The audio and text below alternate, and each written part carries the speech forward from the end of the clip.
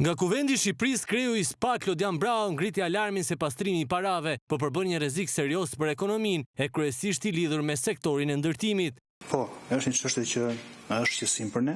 Në treguesit që kemi në çështjet e regjistruar në vit pas viti janë tregues të mjaftueshëm për të bërë një matje risku dhe është një veptari kriminale që është vlerësuar nga ne si me risk të lartë. Sektori i ndërtimit është një sektor me risk të lartë për të hetuar pra këtë vepër penale të pastrimit produkteve dhe veprës penale. Vetëm këtë vit prokuroria e posaçme pra ka demonstruar që ka kryer 3 operacione.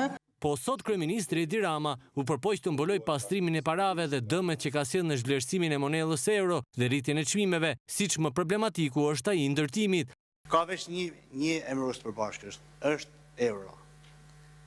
Ne kemi një rënje nga 3 vitet e fundit gati 33%. Sipas dënave të bankës janë 5 miliardë euro jashtë kontrollit bankave. Ekonomistët popullor që forcimin e lekut e lidhin me narko-regjimin. Një banalitet absolut.